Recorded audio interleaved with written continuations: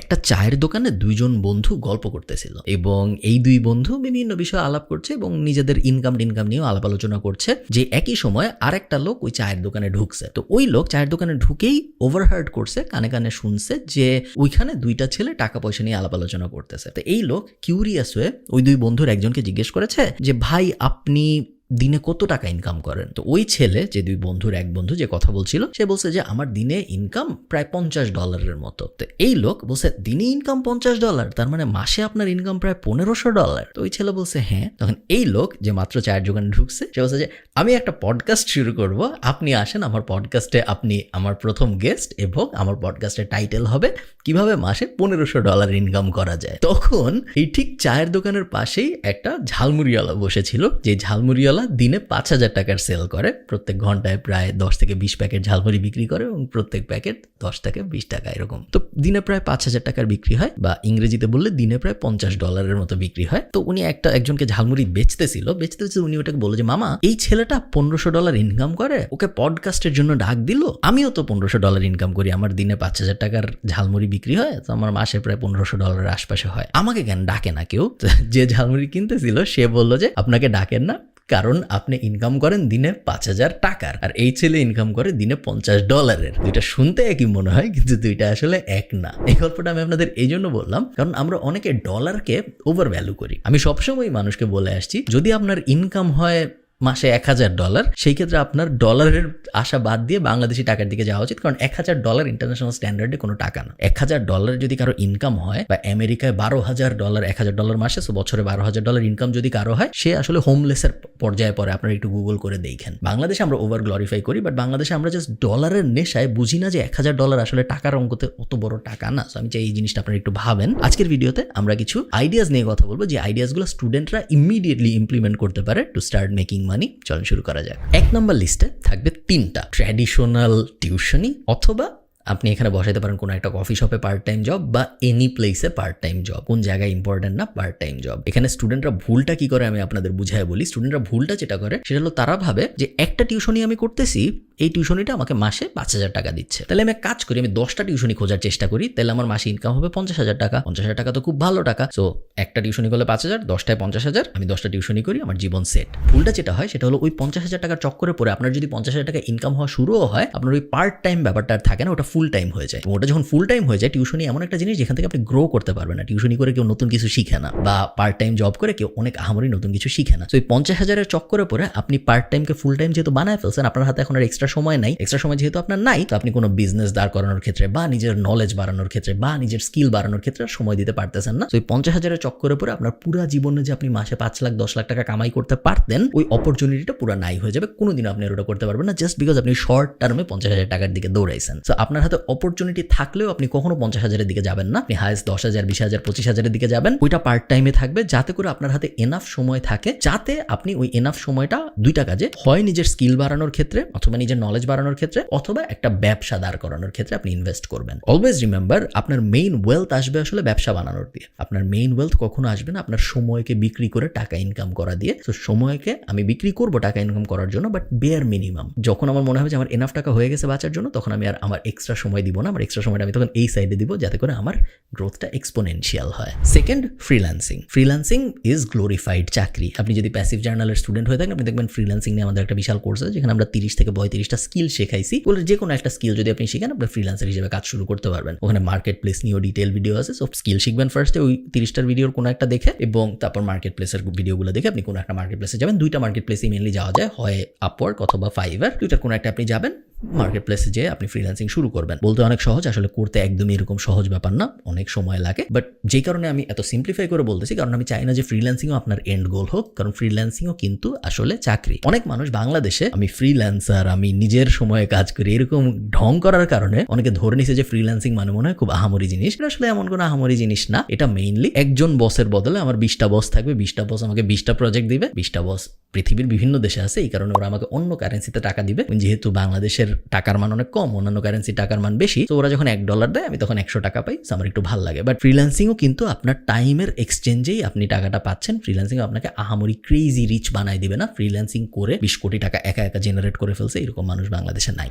Third, আমি চাই আপনি একজন কানেক্টর হন। নিজেকে আপনি একজন কানেক্টর হিসেবে ভাবেন এবং এটাকে একটা পার্ট টাইম জব হিসেবে ট্রিট করেন। একজন কানেক্টরের কাজ কি? একজন কানেক্টরের কাজ হলো বিভিন্ন মানুষকে কানেক্ট করানো। আপনি একটা ফেসবুক গ্রুপে দেখলেন একজন বলছে যে আচ্ছা, আমি যদি এমন একজনকে পেতাম যে ভালো ফ্রেঞ্চ শিখায় বা ভালো জার্মান শিখায়, আমার জার্মানি যেতে হবে, আমার হাজব্যান্ড বা ওয়াইফ অলরেডি জার্মানি চলে গেছে, ওর A1 ক্লিয়ার হয়ে গেছে, B1 এগুলো ল্যাঙ্গুয়েজ প্রফিসিয়েন্সি লেভেল ক্লিয়ার হয়ে গেছে, আমার হচ্ছে না, এরকম একজনকে যদি আমি পেতাম খুব ভালো হইতো। আপনি এরপর খুঁজে বার করবেন, এটা আপনার মাথার মধ্যে থেকে যাবে। আপনি রিসার্চ করতেছেন, আপনি নর্মাল আপনার জীবন কাটাচ্ছেন, হঠাৎ আপনি আরেকজনকে দেখলেন যে বললো যে আচ্ছা, আমার এক বন্ধু রিসেন্টলি এর কাছ থেকে জার্মান শিখছে, ও খুব ভালো জার্মান শিখায়। 2টা ডট পেলেন আপনি। এই 2টা ডট এখন আপনি আপনার মাথার মধ্যে মিলানোর চেষ্টা করবেন। এই লোককে ফার্স্টে যে জিজ্ঞেস করবেন, আচ্ছা তুমি কি জার্মান শিখাও? তুমি যে শিখছো ভালো করছো, একজন নাকি তোমার কাছ থেকে শিখে জার্মানি চলে গেছে, তুমি কি এরকম জিনিসপত্র শিখাবা অন্য কাউকে যদি আমি পাঠাই? ও যদি বলে হ্যাঁ শিখাবো, আচ্ছা তুমি যাকে পাঠাবো তার 20% আমাকে কি দিবা? বললো ওকে দিব। ওর তো এই মুহূর্তে কোনো স্টুডেন্টই ছিল না। এরপর আপনি অন্যজনের কাছে গেলেন যে আপনার 2 মাস আগে আপনার মনে ছিল সে জার্মান শিখতে চায়, এই দুজনকে আপনি যে মিলাইলেন, ওই যে 20% আপনি পেলেন,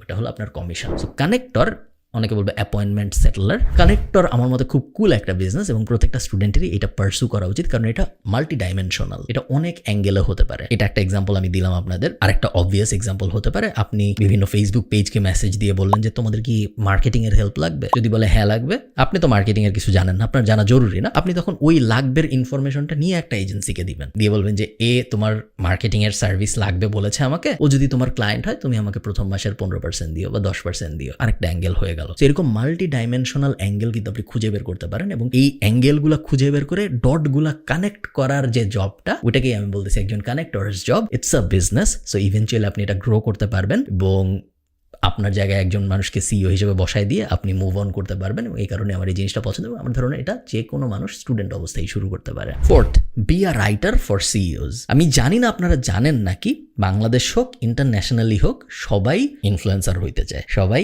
ক্রিয়েট করতে চায় কন্টেন্ট এবং সবাই ইম্প্যাক্ট রাখতে চায় সোসাইটিতে। তো একজন সিইওর বা একজন সি সুইট লেভেলের মানুষের বা একজন সিনিয়র কর্মকর্তার হাতে এত সময় নাই যে সে বসে বসে লিঙ্কডইনের জন্য কন্টেন্ট বানাবে বা সে বসে বসে ফেসবুকের জন্য কন্টেন্ট বানাবে, রিটার্ন ফর্মে কন্টেন্ট বানাবে, তারা তো সময় নাই। সো সে করে না, বাট সে কিন্তু চায়। এখন সোনালী ব্যাংকের যে এমডি, তার ইচ্ছা আছে, তার মনের গভীরে ইচ্ছা আছে, যে এক্সাম্পল হিসেবে বলতেছি, আপনারা ভাবেন না যে এক্স্যাক্টলি আমি সোনালী ব্যাংকের এমডির কথাই বলতেছি, তার মনের ভিতরে ইচ্ছা আছে যে লিঙ্কডইনে যদি আমার 1 লাখ ফলোয়ার থাকতো, যারা প্রত্যেক সপ্তাহে আমি আমার এই লম্বা ব্যাংকিং এক্সপিরিয়েন্স থেকে যা শিখেছি এটা আমি শেয়ার করবো, তারা অনেক দেখবে, সবাই এটা চায়, সবাই এটা লাইক করে, বাট অনেকে এটা রিয়ালাইজ করে না। অনেকে যারা রিয়ালাইজ করে তাদের হাতে তো সময় নেই যে তারা বসে বসে কন্টেন্ট লিখবে। তো আপনি কি করবেন? Be a writer for CEO's. আপনি এদের সাথে যোগাযোগ করবেন, আপনি এদের সাথে যোগাযোগ করে বলবেন যে ভাইয়া, আমি প্রত্যেক মাসে 2 দিন আসবো, একটা টেপ রেকর্ডার নিয়ে আসবো, আমি আপনাকে বিভিন্ন জিনিস জিজ্ঞেস করবো, আপনি আমাকে গল্পের মতো করে বলবেন, এরপর আমি বাসায় যাব, আপনার লিঙ্কডইনের জন্য আমি কন্টেন্ট সাজাবো, সুন্দর করে ফরম্যাট করবো, ইমেজ বসাবো, এই করবো সেই করবো, আমি পোস্ট করা শুরু করবো, আপনাকে একজন অথরিটি হিসেবে আমি দাঁড় করানো শুরু করবো। শুধু যে সি সুইট লেভেলের মানুষদের হতে হবে তা না, এই জিনিস আপনি ইয়াং স্টার্টআপ ফাউন্ডারদের সাথেও করতে পারেন, কারণ স্টার্টআপ ফাউন্ডারদের বেশিরভাগ সময় ফান্ডিং লাগে এবং ফান্ডিং যখন দেওয়া হয় তখন অনেকগুলো মেট্রিকের মধ্যে একটা মেট্রিক দেখা হয় যে এর ইম্প্যাক্ট কিরকম, এবং এই কারণেই স্টার্টআপ ফাউন্ডাররা চায় তাদের লিঙ্কডইন অনেক স্ট্রং হোক, তাদের ফেসবুক অনেক স্ট্রং হোক, তাদের সোসাইটাল অথরিটি ইম্প্যাক্ট অনেক বেশি হোক। সো তাদেরকেও আসলে টার্গেট করা যেতে পারে। অনেক মানুষ, ইভেন বেসিক ডক্টরদের বা ইঞ্জিনিয়ারদের, স্পেশালি ডক্টর যাদের সার্ভিস টাইপ বিজনেস আছে, B2C অ্যাঙ্গেল আছে, ডক্টর টাইপ মানুষজন, এদেরকে যদি আপনি অথরিটি বানাতে হেল্প করতে পারেন, আপনার কি মনে হয় না যদি 2টা ডাক্তার থাকে, যার একজনের 1 মিলিয়ন ফলোয়ার ফেসবুকে ভার্সেস আরেকজনের 200, তার মধ্যে 1 মিলিয়ন যার, সে বেশি পেশেন্ট পাবে, কারণ পেশেন্টদের তাদের যখন তাদের প্রবলেমটা হবে তাদের এই ডাক্তারের নামই ফার্স্ট মাথায় আসবে। তো এই ব্যাপারটা যদি আপনি ওই ডাক্তারকে বোঝাতে পারেন বা যে কোনো বেনিফিশিয়ারিকে বোঝাতে পারেন, আমি শিওর আপনারা খুব সহজেই তার জবটা পাবেন। এবং এই জবের একটা কুল ব্যাপার হলো আপনি এটাও বলতে পারেন যে আমি 2 মাস ফ্রি করতেছি, কারণ আপনার তো ফ্রি করতে আসলে কোনো টাকা পয়সা খরচ হচ্ছে না। সো আপনি বলতে পারেন আমি 2 মাস ফ্রি করতেছি, আপনি দেখেন আপনার আসলে কোনো লাভ হয় নাকি। যদি আপনার মনে হয় যে আমি আপনার ফেসবুক পেজটা, আপনি একজন ডাক্তার, আপনার সময় নেই, কিন্তু আপনার ফেসবুক পেজটা আমি ম্যানেজ করার কারণে আপনার 2টা কাস্টমার যদি মনে হয় বেশি বাড়ছে, তাহলে 2 মাস পরে আমরা আলাপ আলোচনা করবো না যে কিরকম টাকা পয়সা আপনি আমাকে দিবেন, আপাতত কিছু দিতে হবে না। I think it's a cool business for students, এবং এটাও এমন একটা বিজনেস যেটা actual business, not like freelancing এর মতো কিছু বা টিউশনের মতো কিছু, এটাকেও আপনি গ্রো করতে পারবেন to the moon. 5 number, be an editor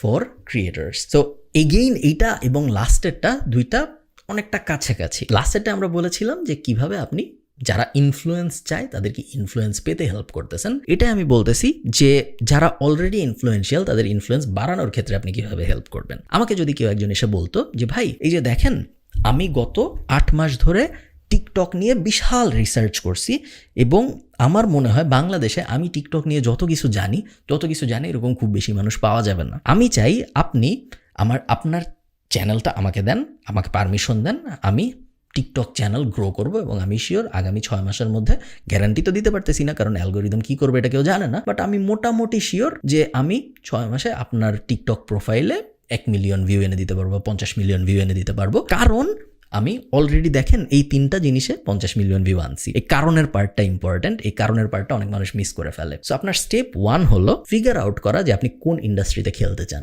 TikTok আমি জাস্ট একটা এক্সাম্পল হিসেবে বলতেছি, টিকটক হইতে হবে জরুরি না, যে কোনো প্ল্যাটফর্ম হতে পারে। কোন ইন্ডাস্ট্রিতে আপনি খেলতে চান এটা ফার্স্ট আইডেন্টিফাই করা। সেকেন্ড, ওই ইন্ডাস্ট্রিতে নিজের কিছু এক্সাম্পল রেডি করা। আপনি ডাইরেক্ট এসে আরেকজনকে বলতে পারেন না যে ভাই তোমার কাজ আমি এখন থেকে করব, তোমার কাজ দিয়ে আমি শিখবো যে আসলে আমি যা যা থিওরি পড়ছি তা হয় নাকি, এরকম হলে হবে না। আপনার এক্সাম্পল দেখাইতে হবে যে এই ইনস্টাগ্রাম পেজটা 0 থেকে 10 মিলিয়নে বা 2 মিলিয়নে বা 50,000 সাবস্ক্রাইবারে আমি নিয়ে আসছি গত 6 মাসের ভিতরে এবং এই 10টা স্ট্র্যাটেজি আমি ইউজ করছি এই 50,000-এর মধ্যে আসতে। এই কারণে তোমারটা আমাকে দেওয়া উচিত, কারণ যেহেতু আমি এই 10টা স্ট্র্যাটেজি ইউজ করে এই ইনস্টাগ্রামকে 0 থেকে 50,000 ফলোয়ারে আনতে পারছি, এই কারণে এই সেম 10টা স্ট্র্যাটেজি ইউজ করে তোমার অ্যাকাউন্টকেও আমি 0 থেকে 1 লাখ ফলোয়ারে নিতে পারবো। এই ফরম্যাটটা ইম্পর্টেন্ট। সেই ফরম্যাটটা ফিগার আউট করে আপনি যদি কাজ করা শুরু করেন, again this can be a very cool business for students.